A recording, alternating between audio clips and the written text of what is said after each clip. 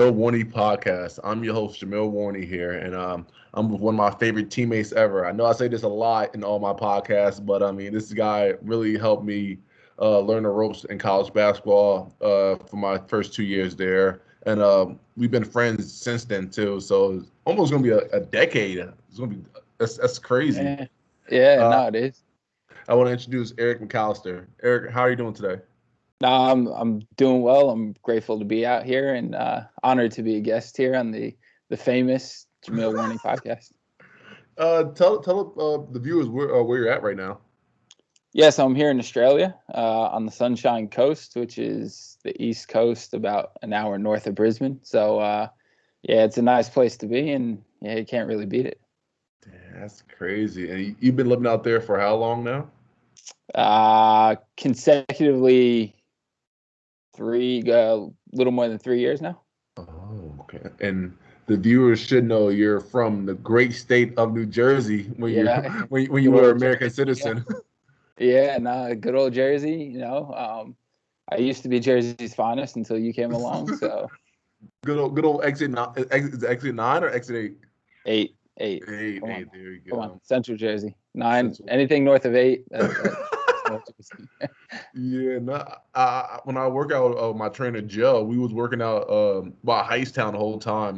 So I had to get off of X8 all the time to get there. It's like next to Monroe. So Yeah, it's crazy how fucking that was like a 40-minute drive for me. I'm like, oh my god, Jersey's low-key a big state.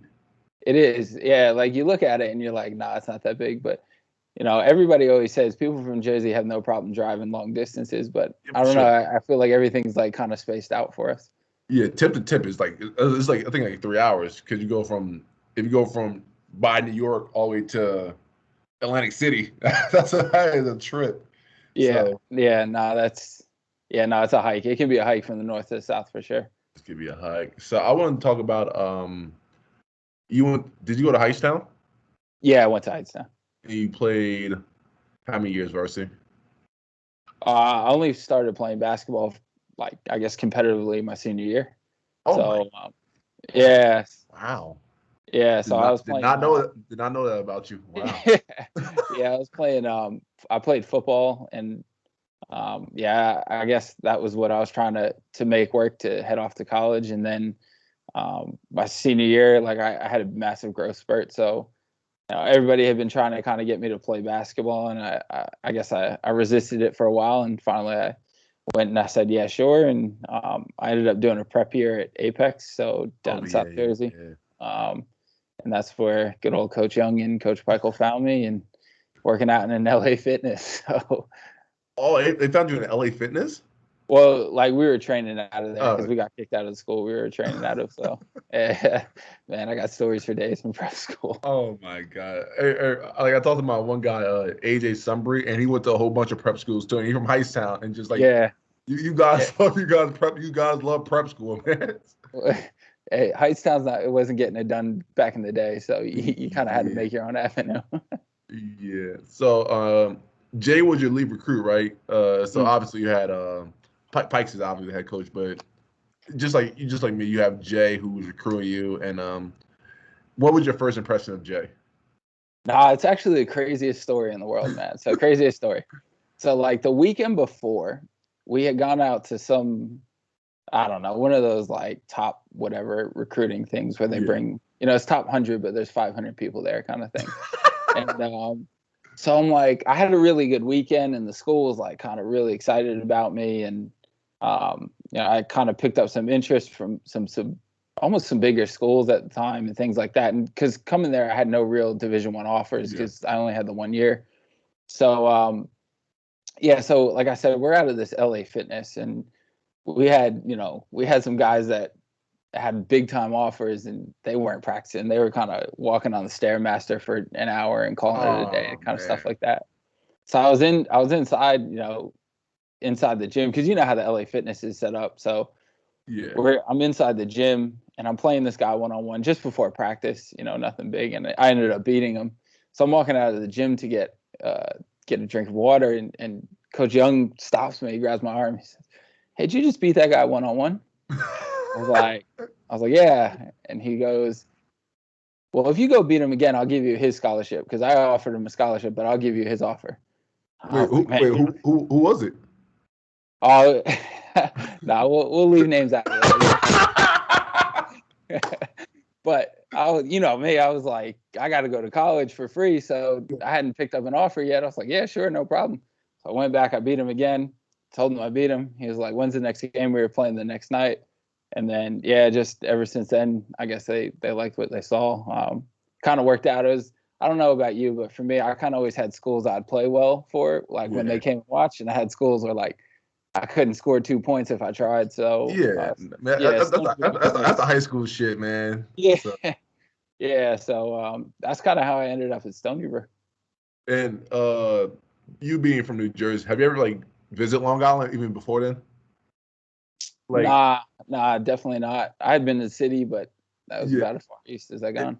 It's a different lifestyle from like I tell people all the time, like even when like you're in Jersey for like a couple weeks, once you go to Long Island, it's like the complete opposite. It's like it's always sunny around there. It's like it's just so much. There's so much energy over there. Like you go like you go back to Jersey. Jersey's like kind of laid back a little bit. So it's like, were you taken back from like that from your first time visiting, and like even going there for your first year?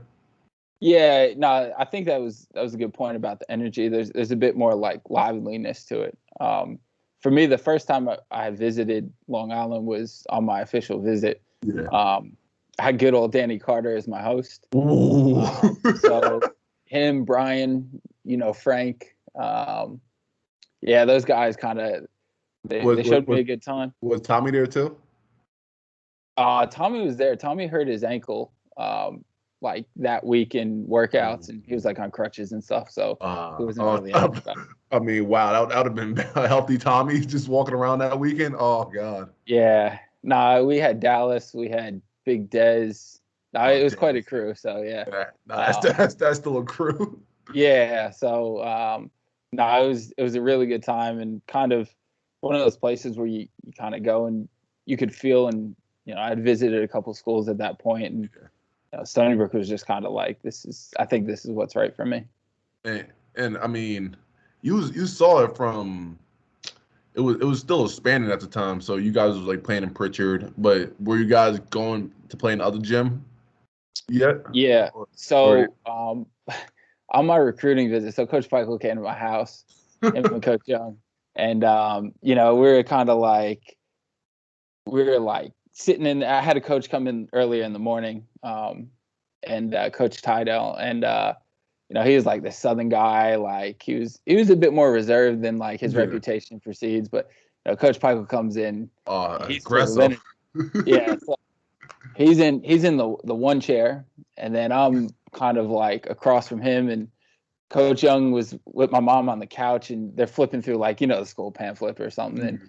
And Coach Peichel's telling me about this big arena that's being built, and he's getting me all excited. You know how Coach Peichel talks, and so I was kind of like, yeah, like this sounds really good. And we got there, and like construction hadn't really started. It was like it was being talked about. Like it wasn't like full blown exaggeration or anything like that. But we actually played that first year. We made the NIT. I redshirted that year, so we made the NIT tournament. Played Illinois in, I guess, the arena, it was called at the time as well. And then the following year, we played 2 or 3 games in the arena. Did you ever play out there? No, I don't think so. In the older arena? Yeah, before. Nah, because I remember they were talking about it, and you guys, if it was like you guys telling me you guys like playing on concrete. Like I heard like a lot of people hurt those years. Like. Yeah, it was like mandatory ice baths after practice stuff. It was like it was the real deal. But yeah, so we played in there a couple times, and then that's when they started the construction. So after my freshman year, and they actually made a ton of progress, and they had like this big fire in there and just kind of reset it. So I never got a chance to go to the big time arena, but been able to visit, which is pretty cool as well. Yeah. So. Your freshman year, you redshirted, right? You redshirted. Yeah. Okay. So sophomore year, who's on your team that sophomore year? I'm getting my year kind of mixed up. That sophomore year was where we had Dallas, Al, Oh, and Tommy, BD senior year. yeah, Yeah, okay, BD, Dave Coley, yeah. yeah. And you guys, I think that year kind of shifts your guys' culture because was that the first time you guys made it to the finals? Am I Made it to the finals, yeah, no, yeah. yeah. Because you guys No, play, no, no, no. no, Sorry, no. sorry. Because y'all played Boston the year Yeah, like my before, but freshman y'all year, played Vermont. Yeah, that was like your first home game that y'all had in the finals. yeah, yeah, So I mean, obviously we all know the story about how just like yeah. it was just always something that happened that kind of just Always. grabbed. It was always something. How do you feel like that you guys just couldn't get past that? I guess. I mean, obviously, the American East tournament is really it's just like kind of tough to it's just lucky if you got to be good and lucky at the same time. So I mean, Yeah, how'd you feel about those shits? yeah. Look, those are always tough, right? Yeah. Because all season you're just dominating. We were always dominating everybody. And my freshman year, we struggled with a lot of injuries. We lost Tommy in the preseason. Brian hurt his thumb. Dallas was kind of in and out of it. Everybody else was young. We're playing with guys that really weren't ready. So we were kind of one of those middle tier teams. But then towards the end of the season, Chris Martin had come back from being hurt all year, and him and Dallas kind of had this like phenomenal tournament, and it kind of pushed us into like kind of contention. Yeah. That year Vermont was like dominant, and I mean we crushed them. We beat them by like 20, I think. And Wow. then we get to the finals and we're up 20 at halftime or 17, whatever it was. Against Boston, yeah, right. Yeah, and then we just implode. And so it's kind of like anybody has a chance, which is that's all good and well, but it's difficult when 16 games out of the year you dominate everybody and you come up short. But I guess that's why like every game matters. So it taught me a lot about that and into my pro career as well. Just I guess understanding the importance of those playoff games and things like that. And even as a pro, man, like some people take like games off, but like in like a mid major, like I don't know, it's like a low major conference, you can't take a game off anyway because if you lose to, there'll be times where you got to play the 1, 2, 3, 4, probably like always like it was always like tiers. If Yep. you lose to like the bottom tier, now you're just like, oh shit. Like now we got Vermont at Patrick Jim. It's like, Yep. oh god, it's a must win now. So it's like, Yeah. I mean, he's also set you up for like real life, man. It's just like, No, that's true. That's fair. And you I got, always found it interesting, like playing as a professional, you kind of get across to other imports, so other Americans. And I don't know, man, the culture at Stony Brook is a lot different to a lot of other places. Like some of these guys get over and they just don't care when they lose and just yeah, trying to collect that paycheck, things like that. But I feel like the coaches at Stony Brook and well, now Rutgers and Fairfield did a really good job of instilling like the importance of every possession in every game. And like you said, it is a bit of a life lesson when you kind of, break it down a little bit more. yeah. I think also we locate like we respected the coaches and stuff, but we kind of feared them too. Like Oh, we 100%. we lose. Oh my, you already know Pikes and Jay and Dan and Lamar Chapman gonna just they're just gonna. Oh my God, that week is gonna be long. Oh, especially during winter break. Oh But my. for me, it was Coach Young's eyes. Like when you Oh messed up, yes, you knew you yes, couldn't make eye yes. contact. Oh my God, I remember. We was I think it was a year after you. So we're playing. We lose a couple games in a row, and it's winter break coming up, and we're just dreading it. We're like, oh, this is gonna be. We come in at sun up like it was like 8:39. We were leave like 7:30 p.m. and we're just like, oh my God, what just happened? And it's just like, and like as like a professional, people just like, hey, I'm just here for my money and just like kind of give back to my family. Like it's a business. Yep, But oh my absolutely. God, and at college, like mid major, that You is had no choice. you had no You were strapped in for choice. the ride, and that was it. Oh my God, you got to strap in, and if you lose, you got to toughen up for those couple days. There's a lot of Michigan State rebounding. The charge dive layup drill, man, I Oh hated. That was my the one I God. hated. I didn't know how to take the charge properly, so I was like I was just like fall forward and like they're like what the fuck is going on? So I tell people all the time like the 2016 team that went to the tournament was really good, like obviously. But I always say the 2012, 2013 team, the best team like Stony Brook had. It was you, me, Tommy Britton, Dave Coley, Ant Jackson, Lenny, Rouse, Trey, Mayo. We had a lot of people. Yeah. A lot of really good players. Yep. Absolutely. And it just showed you like mid-majors too. Like it just, we had guys, man. It's just one game. Like the Albany playing at Albany in the semifinals. It was kind of shaky, but you understand because they have the big arena and stuff. Yeah. Look, that team was special because like defensively we were so good because every guy, nobody was really a liability that year, and even like if you look at the red shirts that year, you had, I believe it was Roland, Ahmad. No, Roland came the year after. So we had Ahmad, Ryan Burnett, and Cam came in. Cam, right. Like all those guys, like Cam became a really good defender late in his career, and well, from the start, but he really shined later. And Ahmad was always high energy and super talented, and Ryan was a worker and fearless. So you look from top to bottom, and that team was that team was special for sure. The best story is where I guess Coach Young thought I was a defender at first, and so we played Maryland against Alex Lynn, and Alex Lynn gave me 10 straight points. So I think he started off 10-2, and then I think then Coach Young was like, Eric is the lockdown defender. Jameel, you guard the second best pros player. And like when you get to the conference play, they have like the one good player, and then they want us like a 6'3" man. So I'm just like, oh yes. My absolute favorite story was this might have been my senior year though. Might have been, we were playing Maine at home. You know what I'm talking about. Playing Maine at home. I can't remember the guy's name, but I remember like Coach Young was like, this guy just can't score. Like we can't allow him to score any baskets. Ali Frazier. No. It was somebody else. It was like a guy that wasn't starting. I forget the guy's name, but he like came off the bench. He was averaging like 4 points on the year. And they're always like, where can we save points at? First play, and all week you're like, nah, I got it. First play of this game, this dude threw up some crazy jump hook. And like it banked in, like it was nothing you could have done about it. But I was like, I remember I looked over to the bench, Coach Young hit it. I was like, oh shit, we're in for it now. Wait, I need you to tell the people the story of we played Albany my freshman year, so your junior year, and you was like, at the tournament.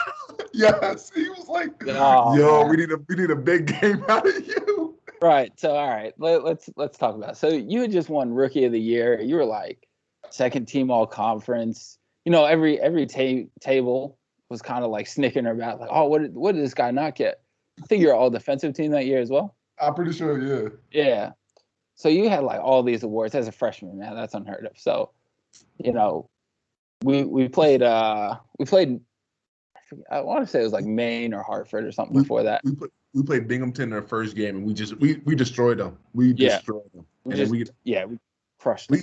Then we get Albany, and we beat Albany by 20 at Albany in the conference. Then we beat them by I think 10 senior night. So I didn't know about like the Albany I didn't know about the Will Brown special until come tournament time, they're a different beast. And so we're in the tunnel, and you know how it is. The game before us is finishing up, and everybody's kind of doing their own thing to get ready. And I walk by you, because you're the freshman, and even though you're like decorated and stuff, just try to give you those words of like, So I just kind of give you like, come on, we need a big game out of you.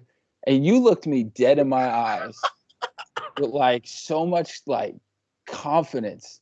And you said, oh, this is what you brought me here for. I said, you brought me. I didn't bring you anywhere, right? Like, let's get that straight, right? But you came out, and I actually don't think you were that bad, but when we lost. I was terrible. I think I scored my last point with 12 minutes left in the first half. And I was like, oh, this is bad. So after the game, you kind of looked at me and you're like, shit, man, I tried to tell you. Like, it's conference tournament, Will Brown, Peter Hooley, all those guys. Come on. John Puck. John Puck, Sam Rowley, man. Sam Rowley used to give me a headache. Oh, he's a legend. Oh, my God. So I think, although we had a great friendship in our 2 years like at Stony Brook, the one thing that ruined my fucking life was when we became roommates.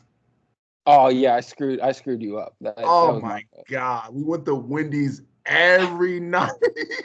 Yeah, Van Dyke was always like, man, Jameel is trying to figure out your weight and stuff. Like, oh, he eats what I eat. I'm not gaining any weight.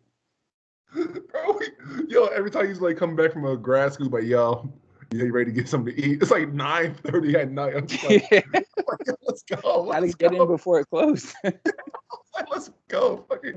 Let's go to Red Mango after too, man. It was in a meal plan too. I was like, oh, this is free food. Free Wendy's. You can't beat that at all. You cannot beat that. Nah. We had a good, and yeah, I think it was the Red Mango that set you all over. I don't think it was Wendy's. No, it was definitely Red Mango. I should have those sweets at that time.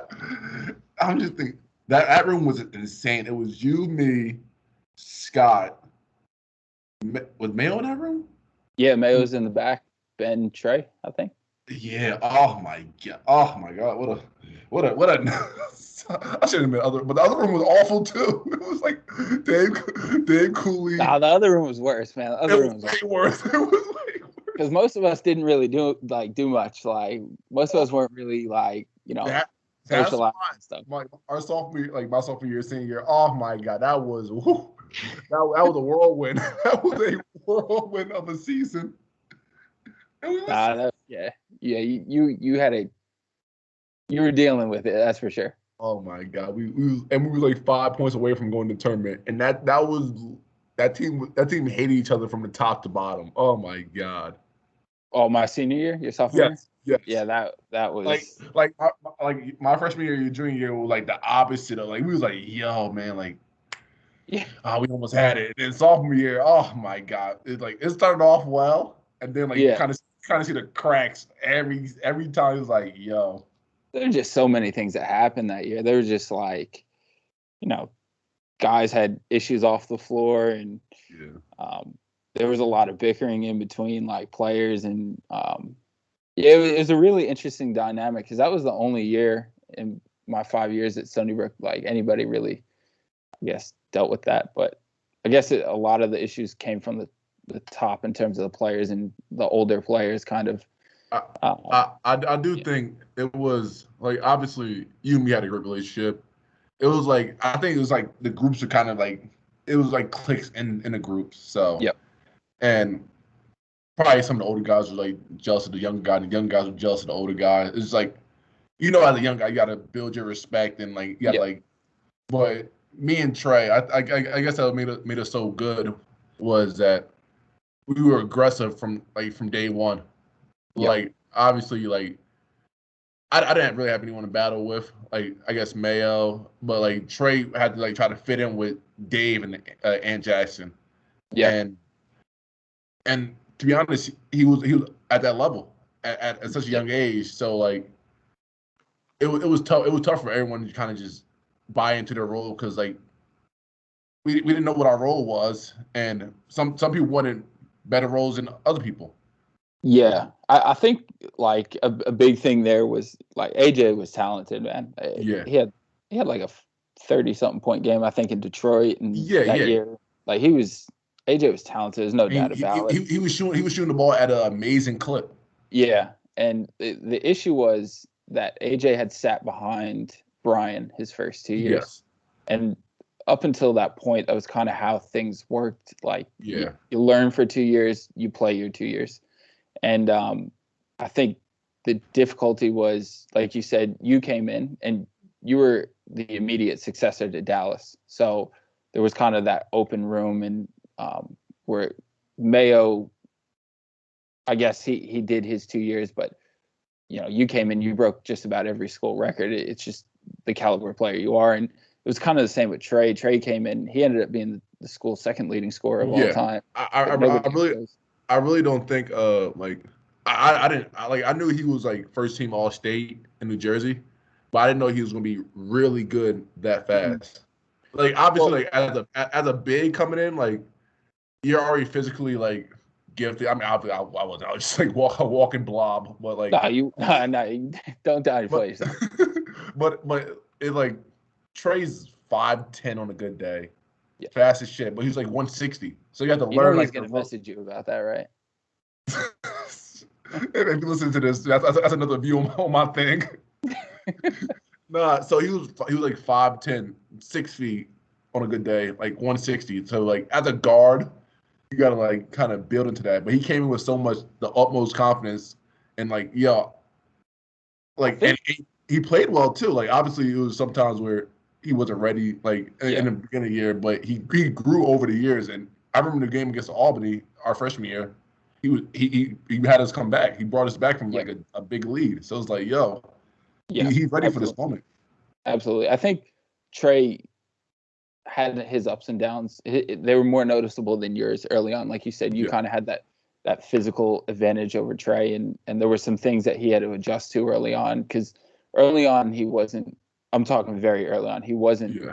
as dominant, or however you want to put it. But yeah, like you said, he had some flashes of that freshman year, and then sophomore year is that Indiana game. Like, Oh yeah. those guys just couldn't contain him, and I think that's what just completely it gave him the confidence and just set him off to the career he had. Yeah. That was tough, and that was a tough year because I remember Vermont was dominant from day one. Yeah, Oh, they were dominant because they had like the team we had my freshman year, your junior year. They just yeah, the next year rolled over. They had everybody come back. They yeah. had who should have won Player of the Year? Vocal. He should have won that year, but you know politics. Nah, but they had really good players, and Yeah. you remember that ass we got at Vermont. I think it was their senior night. Oh my, that was a quiet plane That was ride bad. home. Oh, that was a quiet plane ride home. Yeah, yeah, there was. That's one of those games you just don't even want to think about. I hadn't thought about that game until you just brought it up. I had to think about that until I said Vermont. I was like, oh, that was a beat down. Yeah. Yeah, So and then they obviously had the same fate with us. They played Albany in the semifinals, and you know Albany is kind of tough to yeah, beat. And yeah, then definitely. my favorite game of yours, Albany in the finals. Oh. Sam Riley went 30 for 30 for 100%. So I'm gonna walk you through this game, right? And I'm gonna be very vulnerable here. All right. I was always good with everybody in the league. I never really struggled with many people in the league. Sam Riley would consistently, like, in my mind, like, he would catch the ball. I'm like, shit, I don't know what I'm gonna do here, but like this dude. He catch the ball at the short corner every time too. Yeah, like you did what you're supposed to, but you did exactly what he wanted you to do, and then he would just and like the dude couldn't jump. He was like 6'5", like, man. So what happened was we went up to Albany. We played them at Albany, and I believe we played without Trey that game as well, or it might have been. I think Trey was sick. AJ might have been suspended. I'm not sure what it was. I know we were missing somebody, and we go up there and we don't win. And that night I had a really good defensive game against. I should say I had a better defensive game against Raleigh. I blocked them a couple times and things like that. And coming into that championship game, I think that was in their head a little bit, because like the first like 6 minutes of the game, they don't really go to him. Yeah. And then he catches one and he goes at me and he misses it. And I was like, oh, good. Maybe they won't keep going back at him. 2 possessions later, man, they went to him. He spun baseline. He scored. It was over. Pikes came in at halftime. He said, all right, we're just going to throw a different body at Raleigh. So, Jameel, you're going to have to guard him. It threw me. I was like, oh, my God. In my head, I was like, oh, yeah. Nah, they lost faith. I need to find that. Hold on. I gotta find the stat of that because I'm pretty sure he missed 2 shots the whole game. Yeah, it was something like that. He went it was like 10 for 12 or something crazy, and he fouled out too. Fouled out with 8 minutes left. Yeah, well, let's talk about why he fouled out. Yeah, coach put me on him. All right, here we Man. go. Sam Rowley, 9 for 11 in 29 minutes. He had 4 He scored steals. 29 points that game? No, he played 29 minutes. He had 18 points. But it was a great 18. It was impressive. It was an impressive 18. Wow. I'm just looking at the stat. Wow, that was a bad game. Yeah, it's not good. It's not good. So you definitely saw that Albany like their team that year, and we just had players who just like, if we win, we win. If we lose, fuck it. Yeah, those guys were together. That's for sure. They were. Peter Hooley hit some of those tough threes late, and the problem for Puck was pretty good too. Even though we make fun of him, but he was really good that game. Nah, Puck was good. He was big. I wonder who was guarding Puck that game. If I wasn't guarding Rowley, I was guarding Puck. A lot of short and jump shots that I wasn't on my eye. Nah, the problem for me is out here in Australia, almost all the foremen are either like 6'10" long like athletes, or they're like Sam Rowley. So I'd rather guard the 6'10" guy than the 6'5" just bowling ball, because at some point in the game. Yeah, at least they expect the 6'10" guy to score, so it's not as bad. But 6'5" guys giving it to you, it hurts. Yeah.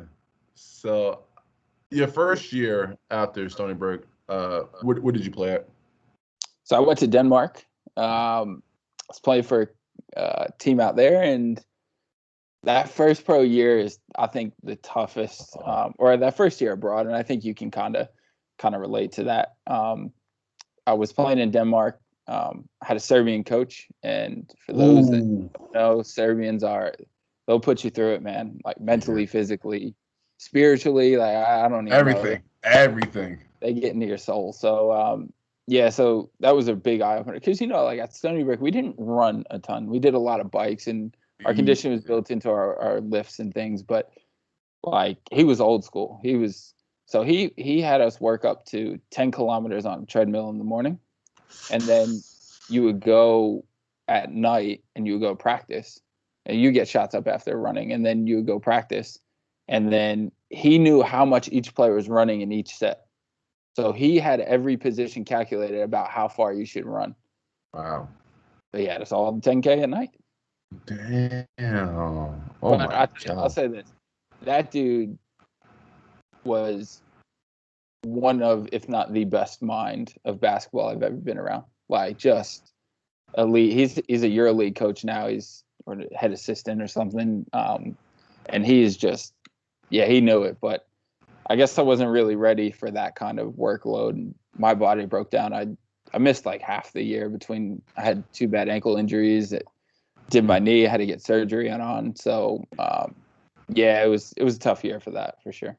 No, it is crazy, because the first year after Stony Brook, you kind of like, obviously, when we're us being mid-major stuff, it's more like a family type of vibe in Stony Brook. And then once you get to overseas, like, this is the first time we've seen anybody new. Yep. Like, you've been listening to Pike, Jay, Coach Ricard, Coach Chapman for the last 4 to 5 years of your career, and now you got this new guy. And at first, you don't know like what he's about, and like it is tough, because obviously Serbians do have the stigma of being the tougher coaches, and I mean, a lot of people can contest to that. And just a lot of running, man. That's a lot of running. It's just a different type of practice. Like, you gotta get used to that, and you being what was that, 6 hour time difference? 6 hours in Denmark. 6 hour time different from people at the house. I remember we were still playing Xbox at the time, and you're just we're just like, yo, we gotta find time to play, and like, you got 2 a day, and like, you think you have free time, like, obviously, because you're not doing classes and overseas, but that just goes to recovery. That recovery. That's an interesting point. That like schedule as an overseas player, man, you get your morning practice in, and then you have all this time in between the day. But like you have like 2 real practices a day, Yeah. so it's not like, oh, like I have 4 or 5 hours here, let me go, walk around the town or whatever the case may be. But You can barely walk. yeah, I'm going to sit in my bed for as long as I can. I'm going to sleep as long as I can. I'm going to go to practice at night, and I'm going to try to get my body ready the next day. And that a lot of times, like I actually have a good friend of mine. He's playing over in Germany this year. And he posted one of those like pie charts, and it was Oh yeah, I see. that sliver. People have been Yeah. posting it all day. Yeah, and it was just kind of one of those things like, man, like people think that you're kind of living this life, but Yeah. they're working you over there, and so yeah, that was a big adjustment for me, is learning how to adapt and kind of keep out of my own head, because all I wanted to do was come home, but Yeah. trying to keep out of your own head and yeah, move forward with it. And I do think, as you said, like overseas life, a lot of people, like, I don't know about you, but some of my friends or like some people like text me like, "Yo, you think you can put me on?" Like, bro, first of all, like this is a business, bro. I don't know if you think like the NBA is not like NBA is like the highest level. Like, there's people under it that like are really fucking good. Yeah. Yeah. And people are just like, oh yeah, nah, I had 20 in a Jersey Shore Pro League game. I think I'm good. I'm ready for it. Like, bro, like you don't see the 2 days. You don't see we got a lift in the morning. You don't see that we got like, I know in Europe you guys had 1 game a week to 2. Like in Korea we have like 3 games. And then you like some days, like sometimes you don't see an off day until like the second week. Yeah. You might have a back to back, and people don't see that. People just see like, oh, he's averaging 12 points. Like they don't see like the process and all that shit. And it's tough for like people like understand what we go through.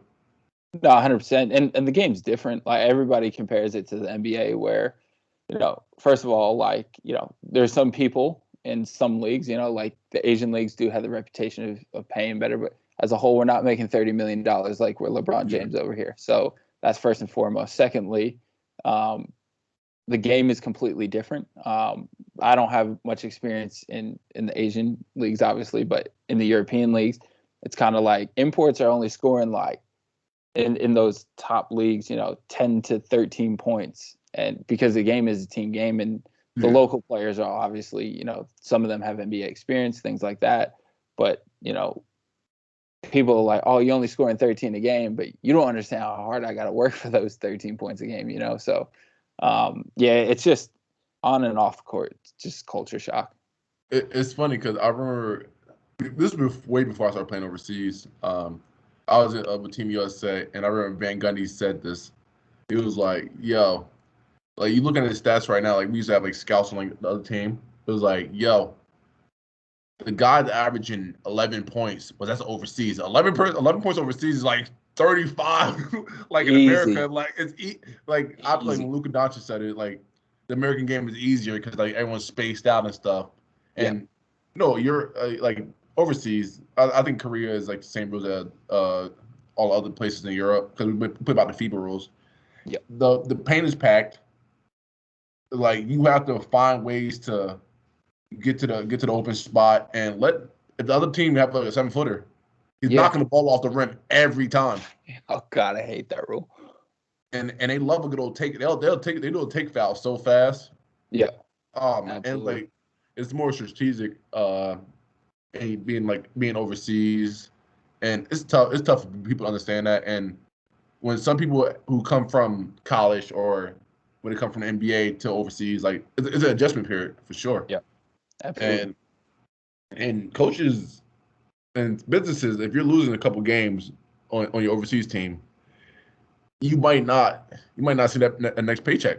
Nah, that's the big thing. I saw that early on, man. That first year, we were underachieving a little bit, and I think they changed out a bunch of guys by Christmas. Same thing my second year. Team was kind of underachieving. coach just like cleaned house. Then the coach got fired. That coach cleaned house. So yeah, it's a business, like you said before. It's definitely a business. Yeah, no, and it obviously it's a lot on your physical health, but it's definitely a lot on your mental health. And I mean, how would you mentally throughout your overseas career in your first few years? I was terrible. I was a disaster, man. I didn't, because like I'm a thinker. Like I'm constantly overthinking everything, and for me, I guess there's a benefit because early in my Stony Brook career, I barely played and I wasn't ready, and that's fine. And I worked my way up, but knowing what it's like to kind of be in those positions, and then always knowing about the business of things. Like my first practice, I got off the plane and they took me straight. They didn't even they dropped my stuff at the apartment And and I to got practice. right to practice. So I'm like, I'm all tired and jet lagged, and I get there. We didn't even use the balls. We just Oh my ran for God. 2 hours. Jesus. And like I was getting screamed at, cursed at. After the practice coach kind of pulls me aside and he's like, "Well, we thought you were a lot taller." I told you how tall I was. It's like, "Yeah, well, we're gonna have to look for somebody who's like taller." Are you gonna cut me? Because like he was like, "Oh, it's just the business." I was like, "Man, at least let me play basketball first, you know?" Yeah. So like I guess that kind of scarred me a bit because I was kind of always worried about my job after that. And I know, like, yeah, just constantly worrying about what the club thinks, what the coaches think. Am I good enough? Am I producing enough? Is this going to be good enough to get a better contract next year? I think it takes a toll on you. And if you don't have a good support system around you or people that have been through something similar, then you can't really understand how to really survive and progress in it. And so I struggled all through Europe, to be honest. Yeah. It's tough because I know Europe is really they're open about what they're thinking, and Yeah. I think the same with Korea. Like when I first got here, mentally it took a toll on you because obviously you're away from your family, and you get there, the language barrier is so is wild to the point where if they're saying something to you, like they might not mean it in a mean fucked up way, but it comes off as rude and like disrespectful. Like when I first got here, I think the first thing the coach said to me was like, "Are you pretty fat?" I was like, I mean 30% body fat, but I mean it's I mean I've been this way for the last 6 years. Like I've been dominating, I've been scoring points like at this time, and it like every day they still even probably say it now like, oh, you put on weight. It's like, bro, so you have to like mentally wire yourself to like just not care what other people Yeah. think about you, and it's kind of like it's kind of up and down because obviously you want to gauge what they're thinking because you don't want one day you're out of a job. Yeah. So just like yo, but you also gotta kind of control your mental so you won't be mentally exhausted. And I tell people all the time, your mental strength is way more important than your physical strength. Like Always. like confidence is a skill, and once you lose that confidence overseas, it You're is done. tough. It Yeah. is No. tough. Once you get shaken up, and if you can't recover from that, yeah, you're done. Because I feel like it's almost like sharks in the water. They start sensing that, and like they're kind of like, all right, we'll go find another. Because there are a million Americans looking for a job. So Yeah. especially those bigger money clubs, man, they change guys in and out left and right because they Oh got the money to do yeah. it. So Just because you ain't say hi to the president, like I seen people get released and they're having a great year and just like they just want something different. yeah, And yeah, you have to like kind of separate like that being personal and like the business. Like yeah. you just gotta go to the next job. And That's it. that's also a skill. I've seen people who ruin their career or lose out on money because they take everything so personal in this basketball thing, and people just like, you don't want me? All right, Yeah, well, fuck this team, yeah, blah blah blah, and it's just like, bro, like it is what it is. Like you can't control stuff you can't control. Yeah, It's uncontrollable. absolutely. It's like it's other people are controlling that stuff. So it's just Yeah, like you have to stay in that mode and stay in that mindset that whatever happens, and you got to play your hardest. No wonder the situation. yeah, that's it. Nah, that's well put for sure. So I also want to talk about was it 2016 when your mother passed? Yeah, yeah, 2016. Yeah, Yeah. So I mean, obviously that's tough, man. Losing your mother, and I was there for some of that summer and stuff to see mm. what was going on and stuff. I just want to know like what got you through that. And I mean, obviously you would never get through losing your someone you love and your mother. Mm. So like what do you think kind of helped you through that stuff? Like kind of ease the pain. Yeah. Look, like I had just come home from playing in Denmark, so it was 2015, and I just had surgery on my knee, so I was I was relieved to be home. I got to go home about a month early, but you know, now I got to figure out, well, what does this mean for my career and things like that. But on the flip side, you know, I got a little bit of money for the first time. I can kind of do some things for myself. Yeah. Um, and I was only home like a week, and I get a call from my mom, and like I'm trying to get through to her, and she's just kind of like, I can't really understand what she's saying. And I was actually at Stony Brook at the time. I think I was visiting like you, Scott. Um, Oh yeah. yeah, and yeah. So like I'm like trying to get through to her, and she's not really making sense. And then all of a sudden, another voice comes on the phone. It's a paramedic, and she had a seizure out in a parking lot, and so she was kind of unresponsive and things. So they do a bunch of tests, and then they found she had stage 4 lung and brain cancer. So she passed about a year after that. I was actually here in Australia at the time when it happened. So I flew home, and that was tough. Like that was really tough. I was really out of touch with my own emotions, is a good way to Yeah. put it. So for me, I was just I walled up, and I didn't let people in. I didn't let things kind of get to me. But by doing that, you kind of hold on to everything that does bother you. Yeah. So that month that I was home, I turned to alcohol. Like I'll be honest about it, and um, I was drinking obscene amounts every night, and it was the only way I could sleep. Like I couldn't sleep otherwise. Um, I came, I took some like 3 months off after that, before I headed off to play in Finland, and um, Finland was a tough place to go because like the sun comes up like 10:30 and sets at like 2, and Yeah. so it's just dark all the time. But I had a good group of guys around me that kind of helped me through it. But my depression was bad, so I was playing in Luxembourg the year after that, and then I had a collapse in the middle of the game. Like my heart just gave out. Oh yeah. So then team cut me. I went home. I went back to New York, and after about say 2 months or so, I decided I was going to commit suicide.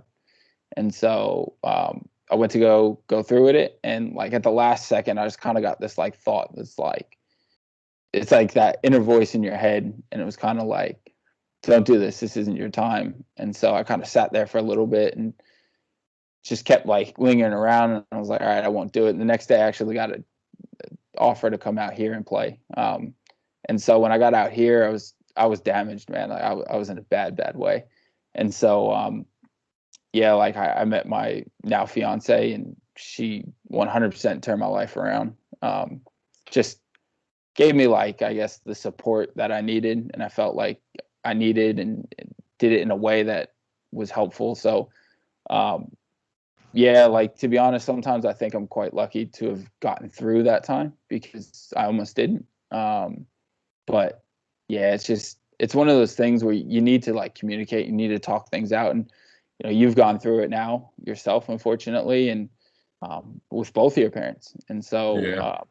yeah, like I can't really speak on the process of losing a father, but I know the mother is always really close to our hearts. And I got to know your mom, and I knew the relationship you guys had, and I know how difficult that is. So yeah, it's about communication. It's about putting the right people around you in your life, and I think that goes generally speaking. you have the right people in your life, you can get through anything. Yeah, no, for sure. Did you were you big on the therapy aspect of like that stuff? I started talking to somebody for a little bit, but I just didn't really connect in with them. I felt as though their advice was too broad. It wasn't. Yeah. It was just kind of like cookie cutter. It didn't really get on with my own stuff. So for me, it was just kind of, it just didn't work well. It was too impersonal for me. So I decided to end that relatively quickly. And, I do advocate for at least giving it a try because there are ways. Australia's been really good since COVID started with the NDIS, with their like disability support system. And so they're giving funding to people who aren't just clinical psychologists, and it's called peer-based support. So that it's kind of doing daily things. It's just a bit less. It feels less like you're talking to a doctor and more like you're talking to a friend. So. Yeah, that's what it is, I think, because I mean, obviously, going through the death of your parents, you have to talk to people. I mean, obviously, a lot of people hold stuff in differently. Like you said, when my mom passed, I leaned forward straight to the alcohol, and like you got to find comfort. You kind of get into that survival mode at that point. You're just like yo, whatever happens, fuck it. Like I got to battle one day at a time to get here, and you do have to find that support group, that support system. Obviously, I was lucky enough to have my girlfriend, who's now my fiance at the time, also to kind of help me through that stuff, and people who just love you unconditionally. And I did try that therapy route too. But you, like as you said, they're saying all the right things, but you're just like, yo, like you really can't understand. Whatever you're saying right now is it's not really working at the time, but like it's kind of just you're just like you're lost for words kind of, and obviously like you don't know what to do. Like I tried to commit suicide a few times with the death of my mom, and last year was kind of a weird time for everybody. It was just so you're just in the house with your thoughts the whole time, and like obviously when your mom can take it away from the pandemic, you're just like, yo, what the fuck? And you still hear about that word every time, and then you hear all like the jackass talking about like, oh, it's not real, fucking mad, like bro, like yo, it affect a lot of people, like, and but to say like you're different than where you were like that like a year after your parents passed, you see yourself smiling a little bit more, you see yourself understanding life, and like you understand when people say to you like, yo, it get better. At that time you're just like, nah, fuck that. Nah, fuck that. Nah, not at all. So I mean, I'm proud of you as a friend to see like you grown over what is going to be. No, it's been 5 years, right? Yeah. Yeah. So to see you now in the place you are now, not living in America because America is obviously not good at all, and finding love of your life, getting married. When are you getting married? This year, right? Or next year? No, we've had to keep pushing it back just because of COVID, because Australia is really strict with who they let in at the moment. So so I just want to talk about, I think now you started a new Instagram group on Facebook. I'm not asking a new Instagram on Facebook, a new Instagram. Do you want to talk about it? Yeah, so I've actually started my own business around it. It's the first phase of things. So I've done some study, and luckily for me, my bachelor at Stony Brook was through sociology, so gives me enough credential to kind of approach this field at a very broad level. I did do some study this year. I started in February, and I got a certification for mentorship. So I'm allowed to kind of counsel people, and not clinically, but kind of work with them through their own mental health. Because, for me, I started last October, so about a year now. Carly was kind of like, you should just start writing about your story. And I did it. I don't even know why, to be honest. I kind of did it. And the amount of people that reached out to me and said, like, one, that supported me, which was always good, but more importantly, it was the people that said they felt heard, and that's what they're going through. And it kind of gave them hope. And I was like, there's people I don't really know or don't talk to. And there were people that I did know and talk to. And, that was just as eye-opening. So it's kind of like, wow, I kept talking about it. And finally I was like, all right, I have to do more than just talk about it. I have to actually do something proactive about it. So so I studied, and now I have my own certified business with it. So I can mentor people and work with people. So it's a bit of like a 4-phase program. So for me right now, getting ready to roll out that second phase, which is alongside Carly, who is also pretty passionate about this stuff. And so we're going to be able to kind of help people in their own lives, and we're going to be able to take it, I guess, not just the mind, but kind of like the body, and making sure you're in alignment with everything that you do believe in. So, so that's kind of what we're doing at the moment. So we started with group sessions. We have individual sessions. I do some public speaking around it. It's difficult. Australia, we go into these hard lockdowns for a couple of cases of COVID. So that's always on and off. But I've written a book that is going to get sent off to a publisher. So I got good feedback from that as well. So so it's just about keeping it pretty fluid and kind of seeing the impact that I can make on the world. I love that, man. I'm kind of speechless at that. To find something that you want to do passionately and just stick to it. Obviously, it's a grind when you start something new.